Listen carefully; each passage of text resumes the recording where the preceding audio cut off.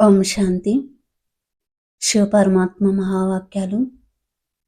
బాబా అంటున్నారు, సత్యత ఉన్నవారు ప్రతి కర్మలో, దృష్టిలో, కర్మల్లో, మాటల్లో అలజడి చెందరు, ఇతరులను కూడా అలజడి చేయరు అని పరమాత్మ అంటున్నారు. మరి వాక్యాల గురించి ఏం చెప్తారో మహావాక్యాలు ఇంకా మనం తెలుసుకుందామా?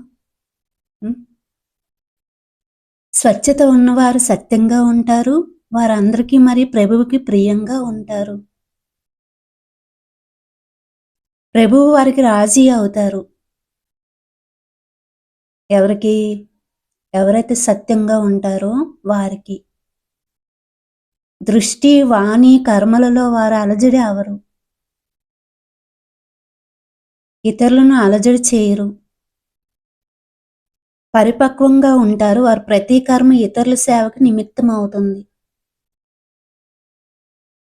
ఏ విధమైన కోరిక ఉన్నా అది స్వచ్ఛతను సమాప్తి చేసేస్తుంది.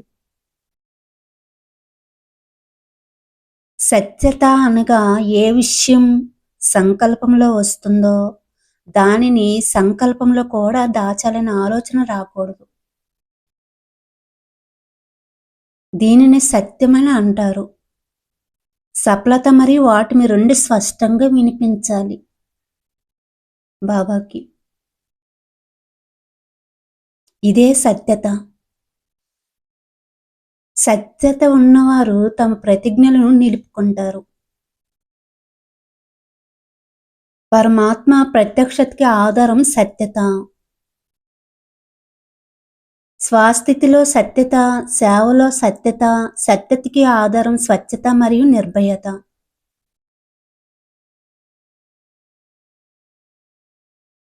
ఈ రెండిట్లో కొద్దిగా అస్వచ్ఛత వస్తే బాబా ప్రత్యక్షం అవరు. ఇప్పటి వరకు ఆత్మ యొక్క ప్రత్యక్షత చేశారు, కానీ ఇక నుంచి పరమాత్మ ప్రత్యక్షత చేయండి.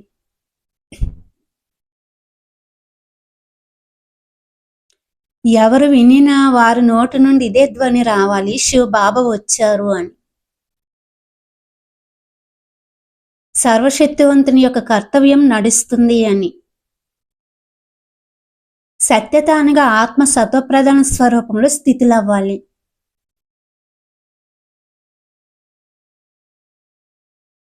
సాంగత్యం కూడా సదా బాబాతోనే ఉండాలి. సంకల్పంలో చెడు ఆలోచించినా, చెడు తాకినా, వినినా, మాట్లాడినా, చూసినా అది స్వచ్ఛత కాదు అంటున్నారు పరమాత్మ.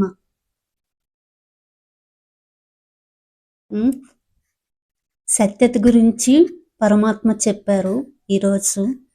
సత్యత ఉన్నవారే బాబాను ప్రత్యక్షం చేయగలరు అంటున్నారు. వారు ఇతరులను అలజడి చేయరు, స్వయం అలజడి అవరు. వీళ్ళ ద్వారానే ఏంటి పరమాత్మ యొక్క ప్రత్యక్షత జరుగుతుంది అని చెప్తున్నారు. సత్యతకే పరమాత్మ రాజీ అవుతారు. ఓం శాంతి.